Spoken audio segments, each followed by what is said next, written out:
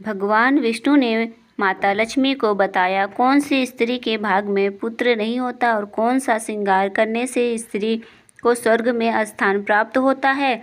जय श्री कृष्ण। दोस्तों, एक बार माता लक्ष्मी और भगवान विष्णु वैकुंठ में विश्राम कर रहे थे। माता लक्ष्मी भगवान विष्णु के पैर दबा रही थी, तो पैर दबाते दबाते माता लक्ष्मी रुक गई। तब माता लक्ष्मी को देखकर भगवान विष्णु ने पूछा कि देवी, आप अत्यंत चिंतित दिखाई दे रही हैं।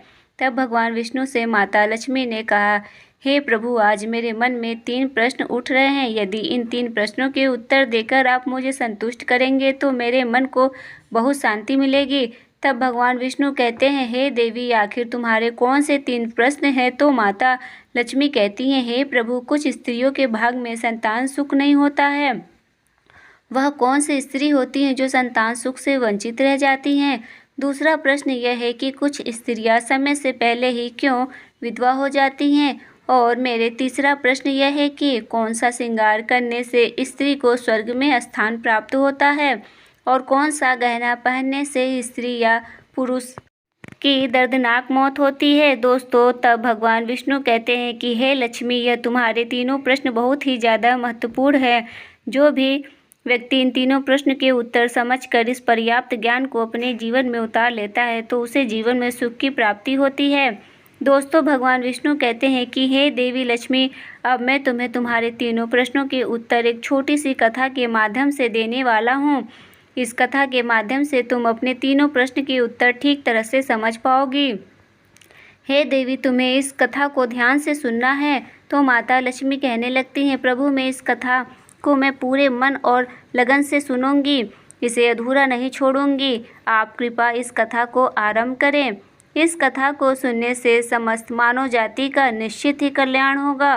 तो दोस्तों, आप सभी को इस कथा को पूरा जरूर सुने, इसे आधा अधूरा न छोड़े। तो चलिए इस कथा को शुरू करते हैं। जय माँ लक्ष्मी और जय श्री कृष्ण हरि विष्णु जय। तो चलिए आरंभ करते हैं। प्रिय भक्तों, भगवान विष्णु कहते हैं, हे लक्ष्मी, किसी राज्य में एक छोटा सा नगर था।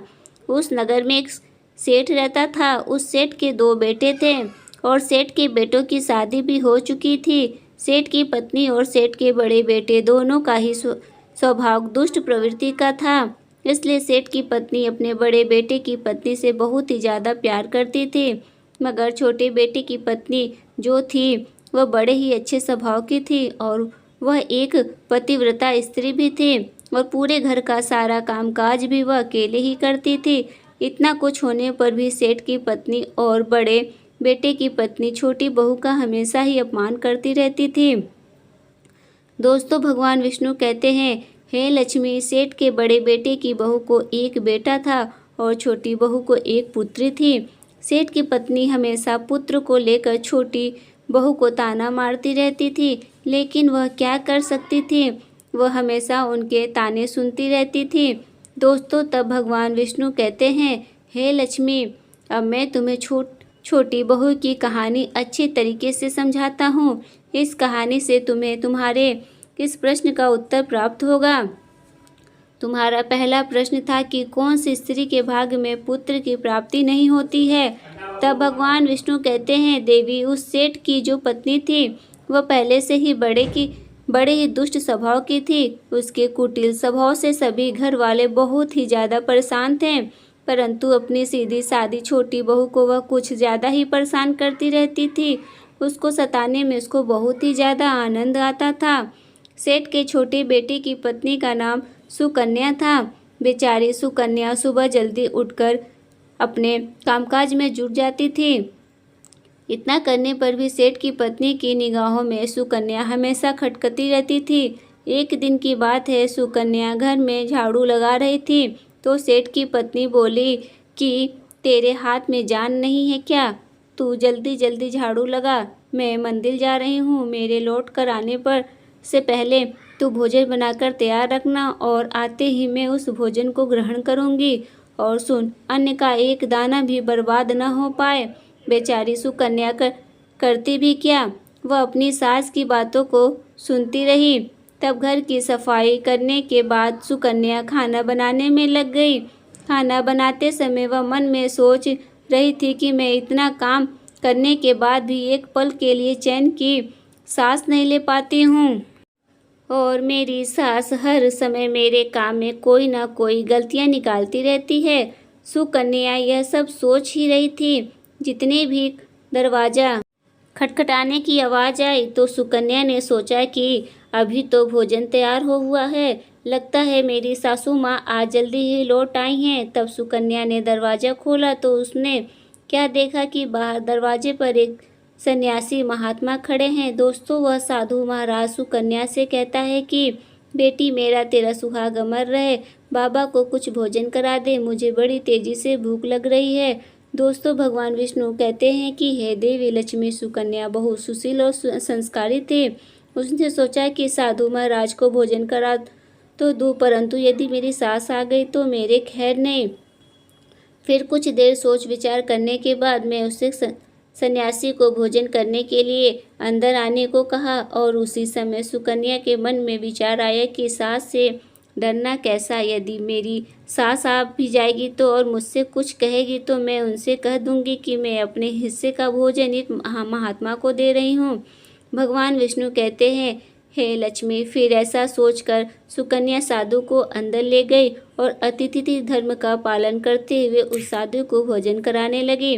अभी साधु भोजन कर ही रहा था कि सुकन्या की सास आ गई और फिर साधु को घर के अंदर बैठ भोजन करते देखकर उसका गुस्सा सातवें आसमान पर जा चढ़ा और एकदम से साधु महाराज से कहने लगी, यहाँ पर क्या किसी प्रकार का भंडारा या दावत नहीं चल रही है? तो राह चलते भीख मांगों को घर में बिठाकर खिला रही हो। सुकन्या ने अपनी सास को रोकने की बहुत ही कोशिश की, परंतु उस दुष्ट स्त्री ने सन्यासी को धक्के मारकर घर से बाहर निकाल दिया और उसका खाना उठाकर फेंक दिया। अब उसका क्रोध सुकन्या पर टूटा और कहने लगी, अरे दुष्ट औरत, मैंने तुझे कहा था कि अन्न का एक दाना भी बर्बाद नहीं होना चाहिए, लेकिन तूने क्या किया? उस भीख मंगे को इतना सारा भोजन दे दिया। दोस्तों, भगवान विष्णु कहते हैं कि हे लक्ष्मी, सुकन्या डरती हुई बोली, सासू माँ, मैंने सन्यासी को अपने हिस्से का भोजन दिया है, इसमें आखिर इतना गुस्सा होने की क्या बात है? द्वार पर आए अतिथियों को कभी खाली हाथ नहीं भेजते हैं, ऐसा शास्त्र कहते हैं। भगवान विष्णु कहते हैं, इस प्रकार काफ़ी देर तक सास बहू की तकरार चलती रही। अंत में उस कुटिल सास ने सुकन्या को भी धक्के मारकर घर के बाहर निकाल दिया। अब वह बेचारी रोती हुई घर का दरवाज़ा पीटती रह गई, परंतु उसकी सास पत्थर जैसा बन गई। उसका दिल नहीं पसीजा। अब सुकन्या के पास में एक ही रास्ता बचा था कि वह अपने मायके में लौट जाए। दोस्तों, भगवान विष्णु कहते हैं कि लक्ष्मी इस प्रकार सुकन्या दुखी होकर अपने मायके के लिए निकल गई और बीच रास्ते में एक घना जंगल भी पड़ता था। सुकन्या भूख प्यास में तड़पती हुई अपने मायके के लिए चली जा रही थी। तभी अचानक जोरों से बादल गरजने और मूसलाधार बारिश शुरू हो गई। भगवान विष्णु कहते हैं कि बारिश से बचने के लिए सुकन्या ने एक पेड़ की शरण ली, लेकिन वर्षा का वेग इतना तेज था कि बचना मुश्किल हो गया था। अब उसी पेड़ की जड़ में एक कठोर बना था। सुकन्या ये सोचकर उसमें घुस गई कि बारिश रुकने के बाद में वह बाहर निकल आएगी और जब तक वर्षा हो रही है वह कोठर के अंदर बारिश में अपनी सुरक्षा कर रही थी। दर्शकों, भगवान विष्णु कहते हैं कि लक्ष्मी जब सुकन्या उस पेड़ के कठोर में घुसी तो उस कठोर के अंदर उसे एक साधु मिले। फिर संत ने कहा, बेटी रोना बंद करो, मुझे मालूम है कि तुम्हारे घर वाले तुम्हारा अनादर इसलिए करते हैं कि वह दुष्ट प्रवृत्ति के हैं और तुम्हें ताना इसलिए मारते हैं कि तुम्हारी जेठानी को पुत्र की प्राप्ति हो गई है और तुम्हें अभी तक पुत्र की प्राप्ति नहीं हुई है, इसलिए तुम चिंता मत करो, मैं तुम्हें एक पर्ची देता हूँ। इस पर्ची में जो उपाय लिखा है उसे पूरी निष्ठा से करना और फिर तुम्हें एक गुणवान पुत्र प्राप्त होगी। दोस्तों, इस प्रकार वह संत महात्मा पर्ची देकर वहाँ के अंत ध्यान हो गए। उधर जब वर्षा बंद हो गई तो सुकन्या को ढूंढता हुआ उसका पति वहाँ पर पहुँच गया और फिर सुकन्या को मायके न जाकर उसके जंगल में एक कुटिल बनाकर रहने लगी। भगवान विष्णु कहते हैं कि हे लक्ष्मी, एक दिन की बात है, सुकन्या को पुत्र का ख्याल आया और सोचने लगी कि यदि मेरे पास एक पुत्र होता तो ससुराल में मेरी भी इज्जत होती। वह ऐसा सोच ही रही थी कि उस संत की दी हुई वह पर्ची याद आ गई, और जब सुकन्या ने पुत्र प्राप्ति के लिए उस पर्ची को पढ़ा तो उसमें लिखा था कि बेटा, तुम प्राप्ति के लिए हमेशा स्त्री को रात्रि के समय पुरुष के बाईं तरफ सोना चाहिए। ऐसा करने से कुछ समय के बाद बाईं करवट लेटने के नाक का दायां स्वर और दाहिनी करवट लेटने के नाक का बायां स्वर चालू हो जाता है। और फिर जब भी पुत्र प्राप्ति की इच्छा हो तो उसे स्थिति में मिलन से पहले एक निश्चित कर लेना चाहिए कि पुरुष का दायां स्वर चलने लगे और स्त्री का बायां स्वर चलने लगे। उसी समय गर्भ धारण किया जाना चाहिए। ऐसा करने से निश्चित ही पुत्र की प्राप्ति होती है, और इसके विपरीत नाक के स्वर चलने से पुत्र की प्राप्ति होती है। दर्शकों, पर्ची में आगे लिखा था, मासिक धर्म शुरू होने के प्रथम 4 दिवस में मिलन से पुरुष रोग को प्राप्त होता है। 5वीं रात्रि में मिलन से कन्या की प्राप्ति होती है। 6ठी रात्रि में मिलन से पुत्र होता है। 7वीं रात्रि में मिलन से बंधा पुत्री होती है, और 8वीं रात्रि में मिलन से ऐश्वर्यशाली पुत्र होता है। 9वीं रात्रि में मिलन से ऐश्वर्यशाली पुत्री होती है। 10वीं रात्रि में मिलन से अति श्रेष्ठ पुत्र होता है। 11वीं रात्रि में मिलन से सुंदर व अच्छे संस्कार वाली पुत्री होती है। दोस्तों, भगवान विष्णु कहते हैं कि लक्ष्मी इस प्रकार उस सुकन्या ने 10वीं रात्र अपने पति से मिलन किया और गर्भ धारण किया। अब सुबह स्नान आदि क्रिया से निवृत्त होकर वे पूजा पाठ करके सुकन्या का पति लकड़ी काटने चला गया। उसके पति के जाने के बाद तूफान आ गया। अब सुकन्या की झोपड़ी तूफान में उड़ गई और भारी बारिश होने लगी। और फिर सुकन्या बारिश से बचने के लिए एक पेड़ पर एक पत्ता लिखती है। यह पत्ता उसी कोठर का था जिस कोठर में सुकन्या बारिश से बचने के लिए पहले छुप गई थी। और सुकन्या ने पेड़ के ऊपर पता इसलिए लिखा था कि जब उसका पति वापस आए तो पेड़ पर लिखा हुआ पता पढ़कर उसी कोठर के पास आ जाए। दोस्तों, भगवान विष्णु कहते हैं कि हे लक्ष्मी, उधर सुकन्या उस कोठर में आकर छुप जाती है जो कोठर एक पेड़ की जड़ में बना हुआ था। उस पेड़ के पास 2 राक्षसी का निवास स्थान था।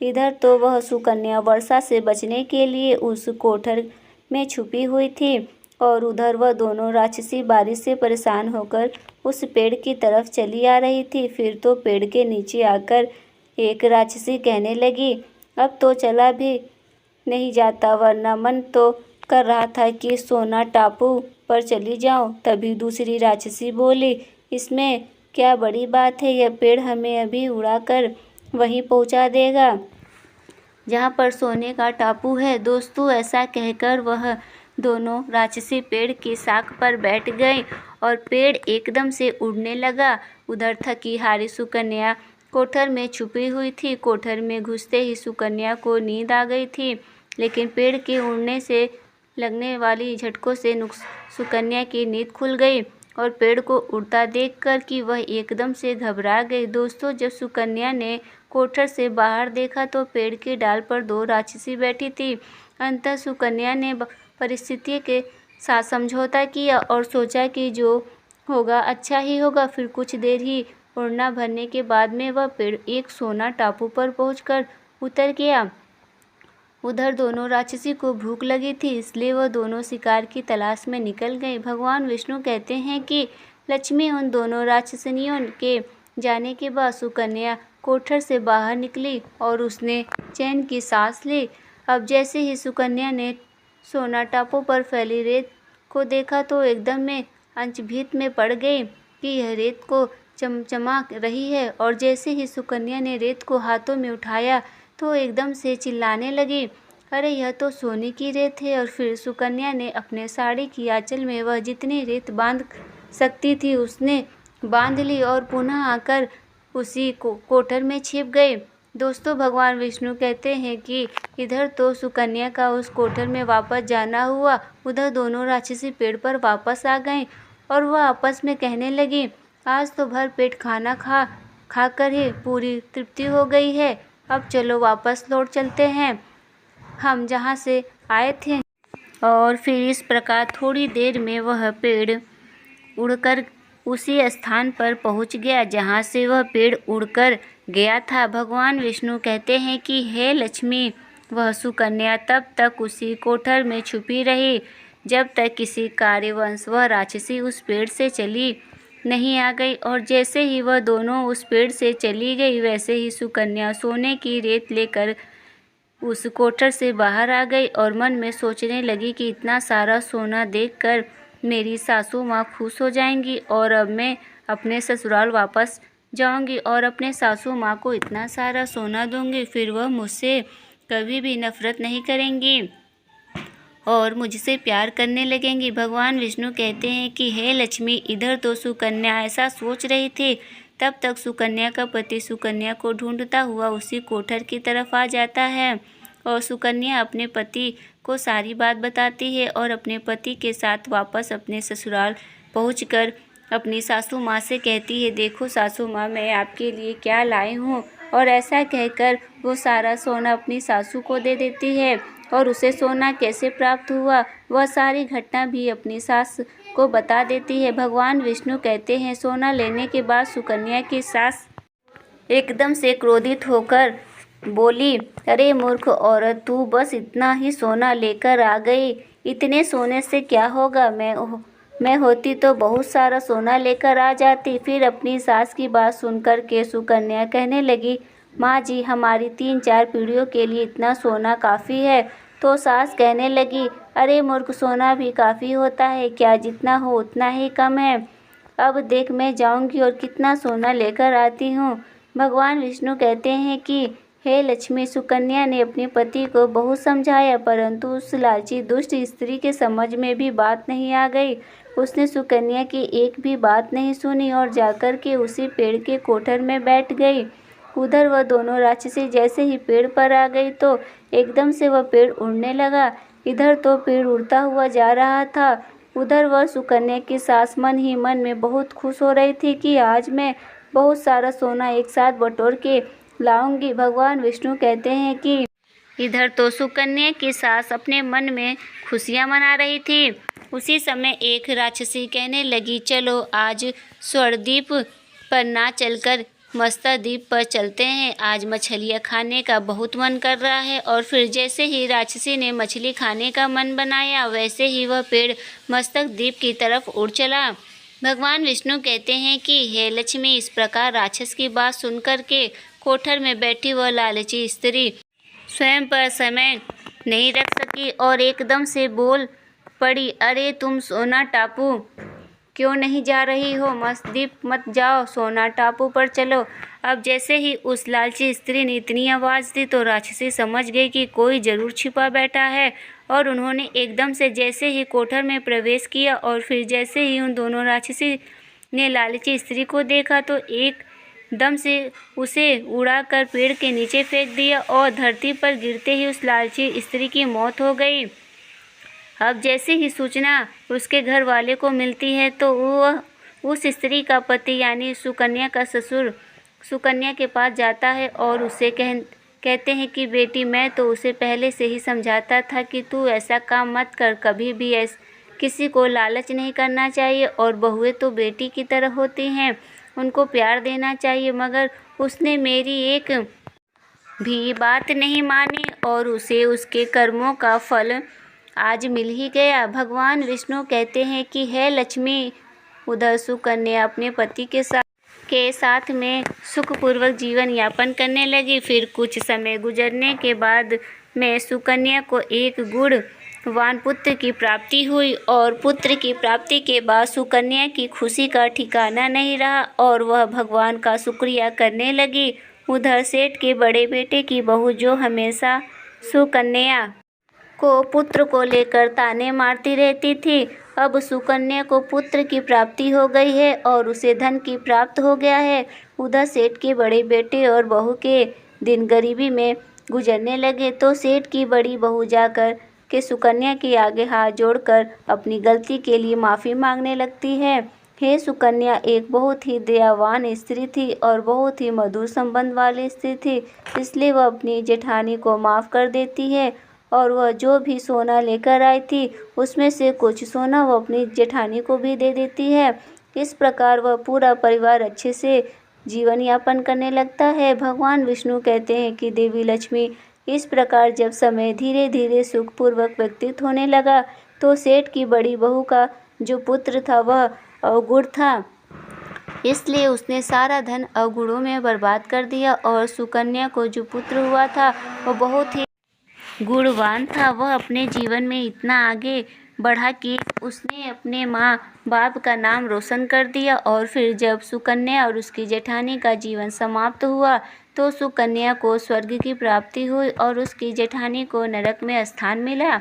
भगवान विष्णु कहते हैं कि देवी लक्ष्मी, तुम्हारा पहला प्रश्न था कि कौन सी स्त्री के भाग में पुत्र नहीं होता, तो समझ लो संत के द्वारा दिए गए पर्चे के विपरीत जो कार्य करते हैं उनके भाग में पुत्र योग नहीं होता। देवी लक्ष्मी, तुम्हारा दूसरा प्रश्न था कि कौन सा गहना पहनने से स्त्री या पुरुष की दर्दनाक मौत होती है, तो समझ लो वह है लालच रूपी गहना, जो सेठ की पत्नी ने पहना था और खूब सारा सोना लाने के लालच में कोठर घुस गई और राक्षसिनी द्वारा नीचे फेंक दिए जाने के कारण सेठ की पत्नी दर्दनाक मौत हो गई। इसलिए लालच रूपी गहना कभी नहीं पहनना चाहिए। लक्ष्मी, अब तुम्हारा तीसरा प्रश्न था कि कौन सा श्रृंगार करने से स्त्री को स्वर्ग में स्थान मिलता है, तो वह चरित्र रूपी श्रृंगार यानी कि चरित्रवान और पतिव्रता स्त्री सेठ की छोटी बहू सुकन्या की तरह मृत्यु के बाद स्वर्ग में जाती है। इसलिए वह विवाहित स्त्री को पतिव्रता और चरित्रवान होना चाहिए। जय श्री कृष्ण। दोस्तों, आपने आज के इस वीडियो में क्या सीखा और दोस्तों आपको ये कहानी कैसी लगी कृपया कमेंट करके ज़रूर बताएं। वीडियो पसंद आई हो तो लाइक करें और अपने दोस्तों में शेयर करें। फिर मिलते हैं हम नेक्स्ट वीडियो के साथ, तब तक के लिए धन्यवाद।